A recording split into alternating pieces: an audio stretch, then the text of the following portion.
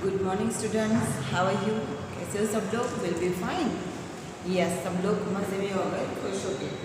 આજે આપણે દરેક સ્ટાન્ડર્ડ પ્રમાણે આપણે શીખ્યા ચેપ્ટર નંબર નર્મદા મૈયા વિશેનો પાઠ.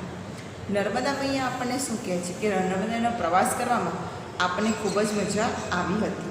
યાની કે આપણે એન્જોય પણ કર્યો હતો. નર્મદા નદી કેટલી લાંબી છે, ત્યાં કઈ કઈ વસ્તુ આપણને જોવા મળી, ત્યાંના પર્વતો, ત્યાંના વાંદરાઓની ગુંદમગુંદ, કબીરવડ, બેટ, નદીનો પ્રવાહ, એ બધી જ વસ્તુની આજે આપણે જાણકારી લીધી હતી. રાઈટ? યસ. તો આપણે એ જાણકારી લીધા બાદ હવે આપણે સ્ટાર્ટ કરીશું આપણે સ્વાધ્યાય.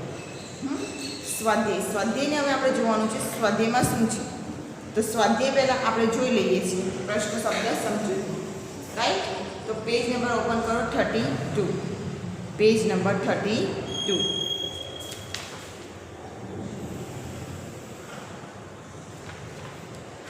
ઓકે, તો હવે આપણે સ્ટાર્ટ કરીએ. પંખીની પાંખે ને પાણીના પ્રવાહે, યાની કે વહેતા પાણી પર ઊંચેથી નજર નાખીને તે યાની કે પ્રવાહની જેમ ધસમસતા. રાઈટ? ઘસારા બંધ, ઉતાવળે વહેતી. સ્ત્રોત, છંદોબંધ સ્તુતિ, યાની કે દેવી દેવતાના સ્તુતિ કરવી. ત્વદીપ પાદ પંકજમ નમામિ દેવી. ત્વદીપ પાદ પંકજ નમામિ દેવી નર્મદે. હે દેવી નર્મદા મૈયા, તમારા ચરણ કમળમાં હું નમન કરું છું. હું તમારા ચરણ કમળમાં નમન કરું છું. જબલપુર મધ્યપ્રદેશનું શહેર છે. શું છે? જબલપુર એક મધ્યપ્રદેશનું શહેર છે. નૌકા વિહાર, હોડીમાં બેસીને ફરવું. નૌકા વિહાર યાની કે હોડીમાં બેસીને ફરવું, એને બીજું સહેલગાંવ પણ કહી શકાય છે. 64 જોગણી, 64 યોગીની આપણે ત્યાં પુરાણોમાં જોગણીની સંખ્યા 64 છે એવી માન્યતા છે. શું કે છે? આપણે જાણીએ છીએ કે 64 જોગણીની માન્યતા છે કે 64 દેવીઓ આપણે અહીંયા બિરાજમાન છે. ગૌરી શંકર, દેવ પાર્વતી અને ભગવાન શંકર. રાઈટ? યસ, દેવ પાર્વતી પણ કહી શકાય અને ભગવાન શંકર છે. ઠેર ઠેર, ઠેકાણે ઠેકાણે. મુશળધાર, સાંભળેલા જેવી ધારદાર વરસાદ, યાની કે જે જોરદાર વરસાદ પડે કે મુશળધાર વરસાદ પડ્યો તે. મેઘધનુષ્ય, ધનુષ્યના જેવું અર્ધગોળ, 7 રંગોમાં દેખાતું રમણીય દ્રશ્ય.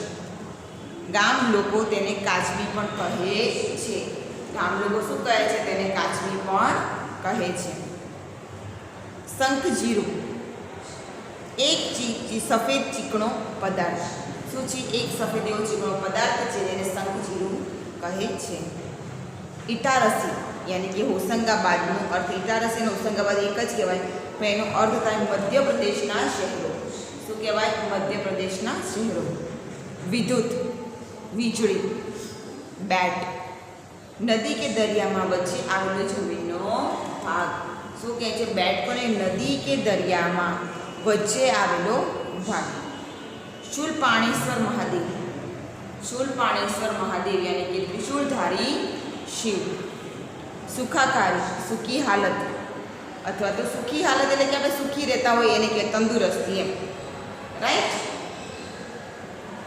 શુકલ તીર્થ, નર્મદા કિનારે આવેલું પ્રાચીન તીર્થ. નર્મદા કિનારે આવેલું પ્રાચીન તીર્થ. લોકમાતા, લોકોનું ભરણ પોષણ કરનાર. લોકોનું ભરણ પોષણ કરનાર યા ઉછેરનાર માતા પણ આપણે કહી શકીએ છીએ. જીવાદોરી, જીવનનો મુખ્ય આધાર. જીવનનો મુખ્ય આધાર એટલે કે જીવાદોરી. રૂઢિપ્રયોગોમાં છે સ્વપ્ન ફળવું. રાઈટ? રૂઢિપ્રયોગોમાં છે સ્વપ્ન ફળવું. હવે આપણે સ્વાધ્યાય જોઈએ. સ્વાધ્યાયમાં શું કહે છે? નીચેના દરેક પ્રશ્નનો ઉત્તર એક વાક્યમાં આપો. એટલે કે આપણે દરેક સવાલના જવાબ એક વાક્યમાં આપવાના છે. મેં બોર્ડ ઉપર ઓનલી ફોર આન્સર લખ્યા છે. તમારે ક્વેશ્ચન અને આન્સર બંને લખવાના રહેશે. રાઈટ? ઓકે, તો ફર્સ્ટ વાલા સ્ટાર્ટ કરેं. નર્મદા નદી કયા સરોવરમાં निकले છે? यानी कि नर्मदा नदी कौन से सरोवर से निकल कर आती है? नर्मदा नदी कौन से सरोवर से निकल कर आती है? तो उसका आंसर देखिए, નર્મદા સરોવર અમરકંટક સરોવરમાંથી નીકળે છે। तो नर्मदा सरोवर अमरकंटक सरोवरમાંથી निकले છે, यानी कि जो अमरकंटक होता है वो वहाँ से वो निकल कर बाहर आती है, वो सरोवर से वो निकल कर बाहर आती है। Right, yes. अब क्वेश्चन नंबर 2, नर्मदा नो शो अर्थ था, यानी कि नर्मदा का क्या मीनिंग होता है, क्या उसका अर्थ होता है, नर्मदा यानी कि क्या। तो उसका आंसर देखते हैं। लिखिए, सारे बच्चे लिखने ही आपको लिखना ही है। नर्मदा एटले आनंद અને નર્મદા એટલે આનંદ આપનારી। નર્મ એટલે શું થાય, આનંદ, અને નર્મદા यानी कि આનંદ આપનારી એને કહેવાય નર્મદા। यानी कि નર્મદા શું છે, નર્મદા એ છે કે આનંદ આપનારી છે। Right, yes. ક્વેશ્ચન નંબર 3, गुजरातમાં नर्मदाए बनावेलो बेट कया नामे ओळखाय छे। क्या हम कह रहे हैं कि वो नर्मदा, गुजरात में जो नर्मदा नदी है वहाँ पर जो बेट है वो कौन से नाम से जाना जाता है, कया नाम थी ओळखाय छे। तो एनो आंसर लखो, नर्मदा, गुजरात में नर्मदाए बनावेलो बेट कबीरवडना नामे ओळखाय छे। यानी कि जो गुजरात में नर्मदा डैम है वहाँ पर जो कबीरवड है उसी को, कबीरवड को क्या बोला जाता है, कबीरवड जो बैट है उसको कबीरवड के नाम से जाना जाता है। ठीक है। गुजरात नदी कया शहर पासे सागर में मळे छे, गुजरात नर्मदानी नदी कया शहर पासे सागर ने जईने मळे छे।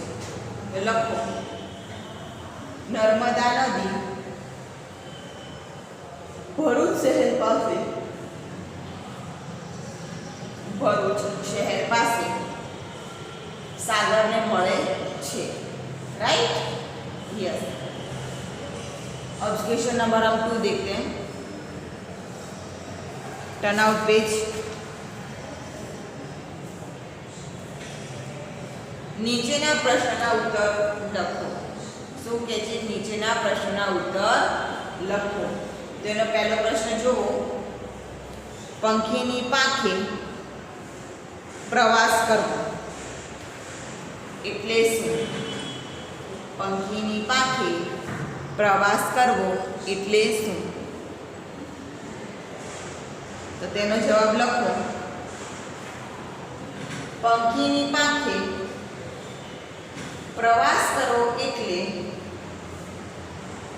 उड़ता पक्षी जेवी, उड़ता पक्षी जेवी झड़पथी प्रवास करवो, उड़ता पक्षी जेवी झड़पथी प्रवास करवो। राइट, त्यारबाद छे क्वेश्चन 2, नर्मदा भारतना, नर्मदा भारतना कया 2 भाग पाड़े छे, कया 2 भाग पाड़े छे। तो तेनो जवाब लखो, नर्मदा भारतना, नर्मदा भारतना आ 2 आड़ा भाग, आ 2 आड़ा भाग पाड़े छे। कया कया, तो उपरनो भाग उत्तर भाग, यानी कि उपरनो भाग छे उत्तर भारत तरीके छे, उत्तरनो भाग छे उत्तर भारतनो भाग छे। राइट, अने नीचेनो जे भाग छे ए दक्षिण भाग, यानी कि दक्षिण भारत तरीके ओळखाय छे। उपरनो भाग उत्तर भारत तरीके અને નીચેનો દક્ષિણ ભારત તરીકે ઓળખાય છે। નર્મદાના આ 2 ભાગ પડે છે જે આપણને નોટ આઉટ, યાની કે આપણને યાદ રહેવા જોઈએ। કેવા કયા 2 આડા ભાગ પડે છે, તો એક છે ઉત્તર ભારત અને બીજો છે દક્ષિણ ભારત। રાઈટ, બધાને ખ્યાલ આવ્યો, सबको पता चल रहा है। Okay, done. अब क्वेश्चन नंबर हम 3 पर चलते हैं।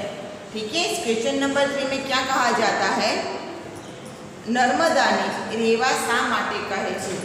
नर्मदा को रेवा क्यों कहा जाता है? क्यों कहा जाता है? तो उसका आंसर लिखे। रेवा एटले कूदनारी। रेवा यानी कि कूदनारी, उछलने वाली। नर्मदा क्या? एकदम शांत અને ક્યાંક દોડતી અને કૂદતી વહે છે। શું કહે છે? ક્યાંક દોડતી અને કૂદતી વહે છે। ક્યાંક એ ધોધ બની જાય છે, ક્યાંક એ ધોધ બની જાય છે અને ક્યાંક એ ધીર ગંભીર પ્રવાહો માટે એને રેવા કહેવાય છે। શું કહેવાય છે? એને રેવા કહેવાય છે। ફરી એકવાર, રેવા એટલે કૂદનારી, નર્મદા ક્યાંક એકદમ શાંત અને ક્યાંક દોડતી કૂદતી વહે છે, ક્યાંક એ ધોધ બની જાય છે, ક્યાંક એ ધીર ગંભીર પ્રવાહ માટે એને રેવા કહેવાય છે। શું કહેવાય છે? એટલે એને રેવા કહેવાય છે। રાઈટ? તો બધાને પ્રશ્ન 1, 2 અને 3 કમ્પ્લીટ થઈ ગયો હશે, કોઈને બાકી નહીં હોય। યાદ રાખજો, રેવાનો અર્થ આ નર્મદા છે કે બંદર, નર્મદાને રેવા શા માટે કહે છે? इस क्वेश्चन मोस्ट आईएमपी છે તો તમારે નોટ કરવાનો રહેશે, यानी कि आप પૂછાઈ શકે છે। ओके, तो चलो क्वेश्चन नंबर 4 पर જઈએ। બંદરકૂદ વિશેની વાતમાં સાહસની વાત આવે છે। તે વાતમાં શેની વાત આવે છે? સાહસની વાત આવે છે। કેમ આવે છે? શી સાહસની વાત કરવામાં આવે છે? કઈ એવી વાત છે જે સાહસ ભરી છે, જે બંદરકૂદમાં ખૂબ જાણીતી પણ છે અને જાણકાર પણ છે? ઓકે, તો ચલો જોઈએ। એક ઠેકાણે નર્મદા બંને કિનારે આવેલા પર્વતો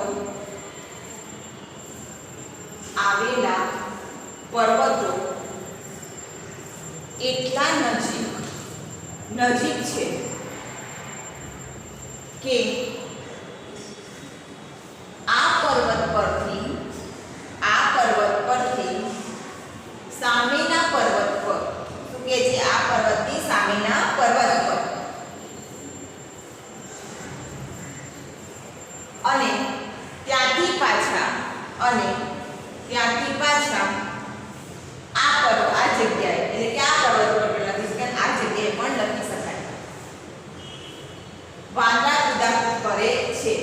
શું કહે છે? કે અહીંયા એવું છે કે આ એક પર્વતથી બીજા પર્વત ઉપર અને બીજા પર્વત ઉપર પાછા એના એ પર્વત ઉપર તો વાંદરાઓ શું કરે છે? કુદાકુદ કરે છે।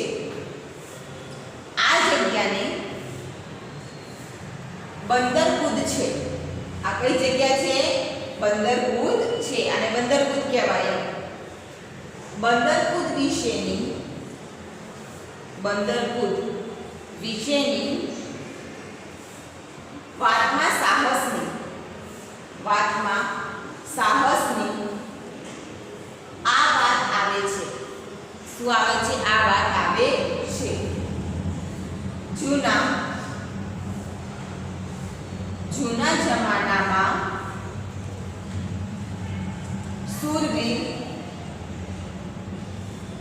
સૈનિકો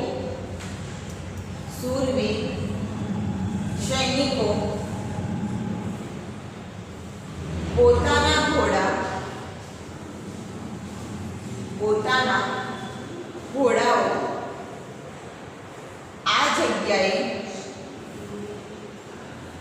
એક પર્વત પરથી બીજા પર્વત પર કૂદાવી જતા હતા। શું કરતા હતા? એક પર્વત ઉપરથી બીજા પર્વત ઉપર હતા, યાनी કે બંદરપુર નામ કઈ રીતે પડ્યું કે પહેલા જૂના સમયમાં એ પર્વત ઉપરથી શૂરવીર જે હતા, વીર પુરુષો, એ લોકો લડાઈ કરવા જતા ત્યારે એમના જે ઘોડા હતા તેને એક પર્વત ઉપરથી બીજા પર્વત ઉપર કુદાવીને તે પોતે પસાર કરતા હતા, કારણ કે બે પર્વતની વચ્ચે નદી પસાર થઈ રહી હતી, રાઈટ. એટલે અહીંયા પછી એટલે પછી ત્યારબાદ એના સમય પછી ત્યાં વાંદરાઓની આ જ રીતે કુદાકુદ થતી હોય છે, એટલે એનું નામ બંદરપુર પડેલું હતું, એના નામ તરીકે ઓળખાય છે. ક્વેશ્ચન નંબર 3, નીચેના શબ્દની જોડણી સુધારો. શું કહે છે? નીચેના શબ્દની જોડણી સુધારો. તો અહીંયા શું કહે છે? તો પહેલું છે નૌકા. તો આ સવાલમાં અહીંયા ભૂલ છે.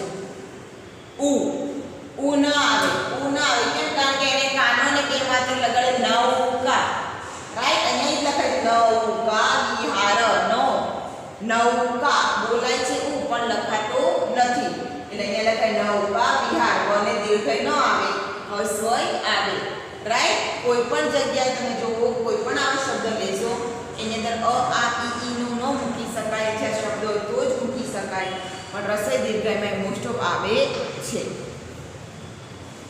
શૂરવીર, તો સરે હસવું નથી, આપણે હસવામાં ભૂલ છે, આમાં દીર્ઘાયુ આવે. શું આવે? દીર્ઘાયુ. શૂરવીર, અને આમાં પણ હસવાય છે, આમાં દીર્ઘય છે, રાઈટ.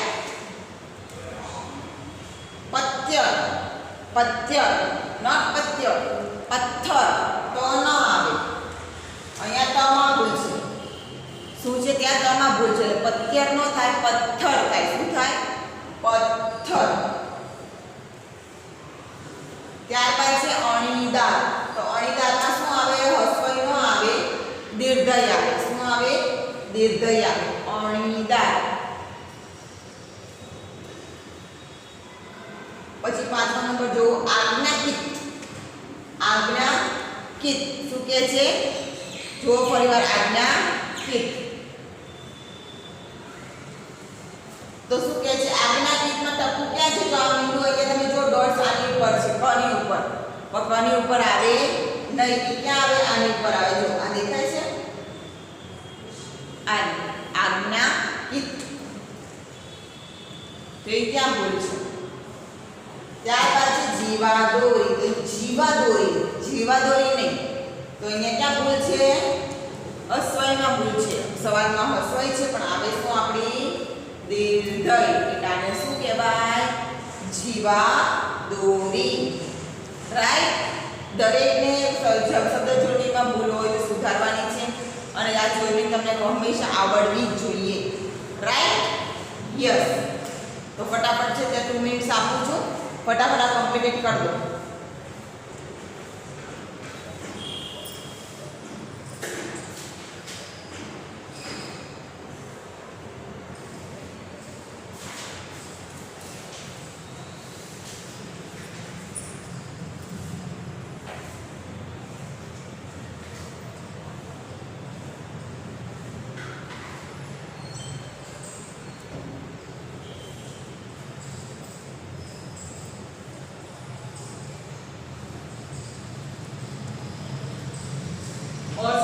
completed. બાકી પ્રશ્ન 1 2 3 પ્રશ્નોના તમારા પ્રશ્ન 1 અને પ્રશ્ન 2 માં સવાલ જવાબ છે. પ્રશ્ન 3 માં જોડણી સુધારણી છે, રાઈટ. તમારે પ્રશ્ન 1 2 અને 3 તમારી ગુજરાતીની નોટબુક્સમાં લખવાના રહેશે અને કમ્પ્લીટેડ લખવાના રહેશે, રાઈટ. ઓકે, તો ડન. અહીંયા સુધી આપણું અહીંયા થયું. હવે આપણે પાછા આગળ સ્ટાર્ટ કરીશું, ઠીક છે? Okay, good bye and have a nice day. અને હા, પોતાની ગુજરાતીની નોટબુક્સ કમ્પ્લીટેડ રાખજો, बाकी हो तो पूरी करी नाखजो. लाइव लेक्चर रेगुलर अटेंड करजो. और आपको सब बच्चों को live lecture regular routine attend करने हैं, क्योंकि लाइव लेक्चर स्टार्ट होते हैं तो उसकी वजह से अगर किसी को स्टार्ट नहीं है हो रहे तो स्कूल में आकर वैसे मिल सकते हैं और आपका जूम स्टार्ट करवा सकते हैं. और आपका लाइव लेक्चर कंप्लीटेड होना चाहिए तो ही आपकी अटेंडेंस कंप्लीटेड होगी, वरना नहीं होगी.